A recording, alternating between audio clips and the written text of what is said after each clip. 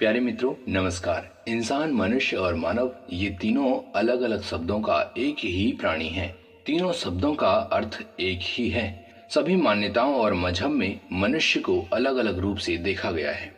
एकदम तार्किक शब्दों में समझें तो हिंदू मत में मानव कहा गया है, मनः नाथ मनुष्याय, अर्थात मनन चिंतन करने के कारण ही इस प्राणी को मानव कहा गया है। इस्लाम मत में भी इसे पूर्ण रूप से सुरक्षित विचारवान होने के कारण इस प्राणी को इंसान कहा गया है। वैसे इंसान अरबी भाषा है और इसका अर्थ होता है पूर्ण रूप से फिट, अर्थात जिसे और किसी की आवश्यकता नहीं है, ये अपने में सक्षम है। ऐसे ही अनेक संप्रदायों और मतों में मनुष्य का नाम विभिन्न शब्दों में व्यक्त किया गया है। इन सभी का अर्थ भी लगभग यही है कि मनुष्य में जो गुण है उसी के अनुसार इसका नाम रखा गया है।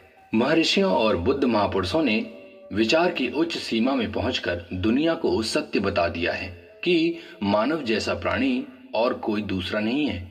मानव के सारे गुणों के बारे में कई हजार साल पहले ही गणना कर ली गई है और ये सारी गणनाएं एकदम सही हैं। इन गणनाओं के कई साल बाद मानव ने अपने विचार से अपने सुख सुविधाओं के लिए नए नए धर्म मत संप्रदाय तैयार कर लिया है और अपने इन्हीं धर्म मत संप्रदायों के फायदे के लिए फालतू की व्याख्याएं पूरे मनुष्य जाति में फैला दी गई हैं। सभी धर्म मत संप्रदायों में यही घटना घट रही है। किसी ने मानव को भगवान का पुत्र बताया है तो किसी ने अल्लाह का फरिश्ता मान लिया है। इन सब से मानव का कोई लेना देना नहीं है। तर्कपूर्ण बातों को मानव से बहुत दूर रखा गया है। सत्य को सामने आने ही नहीं दिया गया है और इसलिए एक मानव का दूसरे मानव से विचार मिलता ही नहीं है। मानव मानव को अलग मान लिया गया है।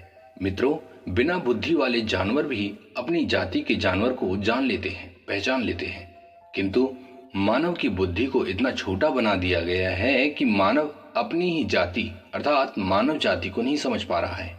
कोई यदि कहे कि मैं बड़ा हूं और तुम छोटे हो तो छोटा ये मानने को तैयार हो जाता है कि हाँ, मैं छोटा हूं, तुम बड़े हो, जबकि दोनों ही जानते हैं कि जहां से छोटा आया है वहीं से बड़ा आया है, अर्थात दोनों ही माँ की गर्भ से आए हैं। फिर भी दोनों के मस्तिष्क में ये विचारधारा बैठाई गई है कि तुम छोटे हो और तुम बड़े हो। मित्रों, जानते हो दुनिया का सबसे बड़ा पाप यही है कि किसी के अधिकार को उससे लूट लिया जाए। जैसे साधारण मानव को ये बताना कि तुम नीच जाति के हो और वह श्रेष्ठ जाति का है। सोचिए, ये कितना बड़ा जघन्य पाप है। कोई व्यक्ति अपने आप को जन्म से छोटा मान ले तो वो अपने पूरे जीवन में खुश कैसे रह पाएगा।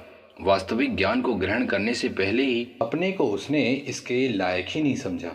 मित्रों, किसी को जन्म से छोटा बताना समझ लो उसकी मानवता की हत्या करना है। जरा सोचिए, कोई व्यक्ति दौड़ सकता है और उसका गुरु उसे बताए कि तुम दौड़ नहीं सकते, तो ये कितना बड़ा पाप होगा। मित्र बंधुओं, धर्म मजहब की बातों से मनुष्य का पतन ही हुआ है और होता ही रहेगा। मनुष्य की उन्नति है उसके अस्तित्व का ज्ञान।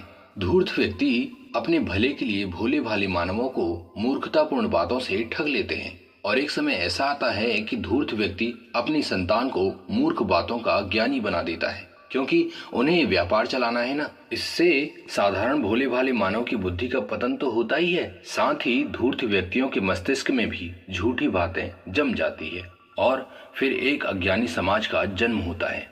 ऐसे ही ज्ञान से अज्ञान की ओर मानव समाज प्रवेश करता रहता है। सिर्फ कुछ लोभी मान्यताओं के कारण ही पूरा मानव समाज सत्य को छोड़कर झूठे मार्ग में भटक जाते हैं। मित्रों, आपको जानकर हैरानी होगी कि ये भटकाव संपूर्ण मानव जाति में कई हजार साल पहले से होता आ रहा है। आज मानव 4 वर्ग में बट गया है, हिंदू, मुस्लिम, सिख, ईसाई। इन चारों वर्गों में मानव ही मूल है। एक वृक्ष की 4 डालियां हैं, डालियों में अनेक तने हैं और अनेक तनों में भी कई हजार तने हैं।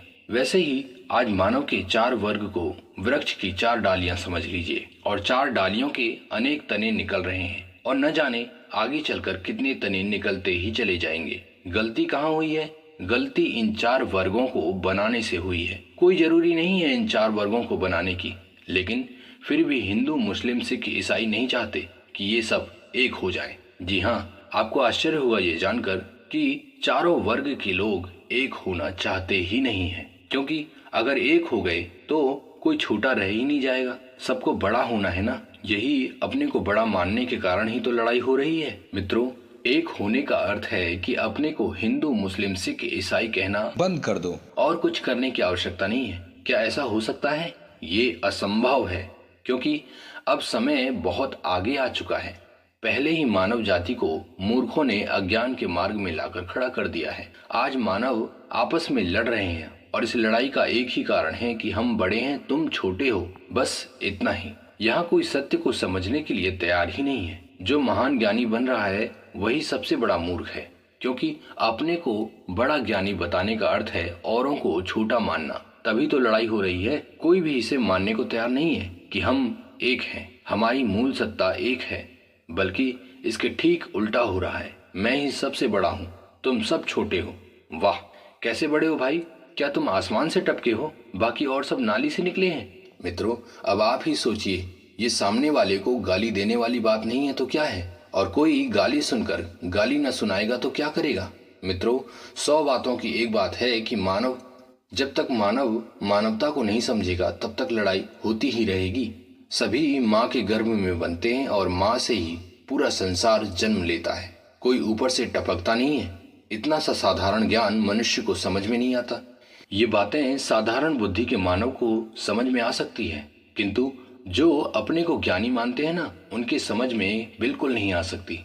इसका मूल कारण है कि अपने ही द्वारा बनाई पुस्तकों के ज्ञान अर्थात पोथी पुराण और अनंत पुस्तकों की ज्ञाता हो जाने के कारण ही मनुष्य अपने को ज्ञानी मानने लगा है, और इन्हीं पुस्तकी ज्ञान के कारण ही मनुष्य वास्तविकता से भटक गया है। आज पूरे विश्व में जो लड़ाई हो रही है उसका कारण क्या है? उसका कारण है ये धूर्त व्यक्तियों के द्वारा लिखी गई पुस्तकें। मानवता को जिंदा रखने वाली जो पुस्तकें हैं उन्हें व्यक्ति पढ़ना ही नहीं चाहता, क्योंकि उनसे कोई भौतिक लाभ नहीं मिलता, आध्यात्मिक लाभ मिलता है। और व्यक्ति को आध्यात्मिक लाभ नहीं, भौतिक लाभ चाहिए। आध्यात्मिक लाभ दिखाई नहीं देता, भौतिक लाभ दिखाई देता है, और जो दिखाई देता है मानव उसी के पीछे तो भाग रहा है। मित्रों, इन तामसिक पुस्तकों के कारण ही आज पूरा विश्व युद्ध की कगार में है।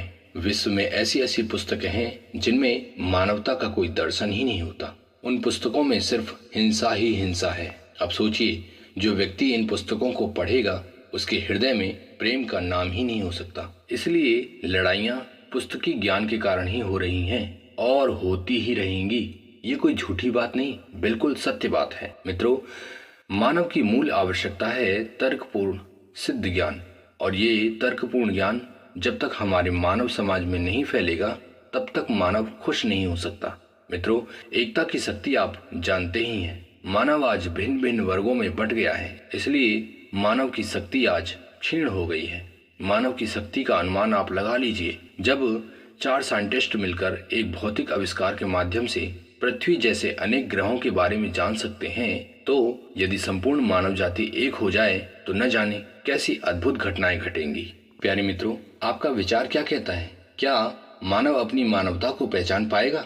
क्या अपने धर्म मजहब को छोड़कर अपने को मानवता में सम्मिलित कर पाएगा? कृपया अपना विचार जरूर व्यक्त करें, और ऐसे ही आध्यात्मिक तार्किक ज्ञान के लिए अपने आराध्य जीवन सत्संग में अपना प्रेम यूं ही बनाए रखें। मिलते हैं अगली अमृत प्रेरणा में।